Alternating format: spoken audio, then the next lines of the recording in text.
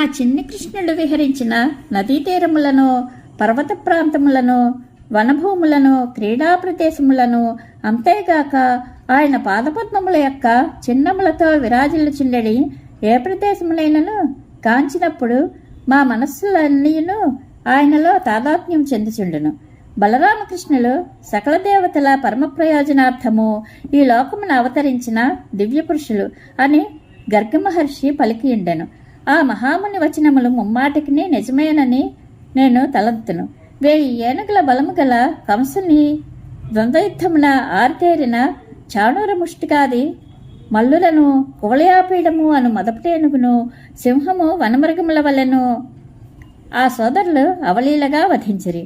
కృష్ణప్రభువు గోవర్ధనగిరిని ఒక్క చేతితో ఎత్తిపట్టుకుని 7 దినముల పాటు దానిని సునాయాసంగా ధరించెను. 3 తాళవృక్షముల ప్రమాణము కలిగి ఇనుమువలే దృఢమైన ధనస్సును గజేంద్రుడు కర్రను వలె ఆ స్వామి విరిచివేశను. ప్రలంబాసురుడు, ధేనుకాసురుడు, అరిష్టాసురుడు, తృణావర్తుడు, బకాసురుడు మొదలగు దైత్యులు పెక్కుమంది దేవదానవులను జయించినారు. అట్టి మహాయోధులను సైతము శ్రీకృష్ణుడు అనాయాసంగా హతమనర్చెను. శ్రీశకుడు పలికెను, పరీక్షణ్ మహారాజా, నందుని హృదయమంతయును శ్రీకృష్ణునిపై గల అనురాగముతో నిండియుండెను. ఇప్పుడు అతడు ఆ ప్రభువు యొక్క లీలలలో ఒక్కొక్క దానిని స్మరించుచు ప్రేమ ప్రసారములో విహ్వలుడాయను.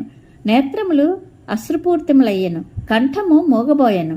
తన కన్నయ్య గుణములను, అద్భుత లీలలను తన భర్త మెచ్చుకొనిచుండగా వినుచు యశోదాదేవి మాతృప్రేమతో పరవశించిపోయెను. ఆ ఆనందములో ఆ తల్లికి స్తన్యము పొంగారను.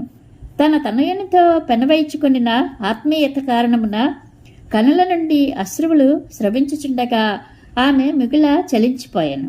ఇట్లు శ్రీకృష్ణుని తనివితీరా చూచుకొనిడి భాగ్యము కరవైనందున విలవిలలాడుచున్న యశోదానందుల యొక్క పుత్రప్రేమకు ముగ్ధుడై ఉద్ధవుడు నందునితో ఇట్లనెను.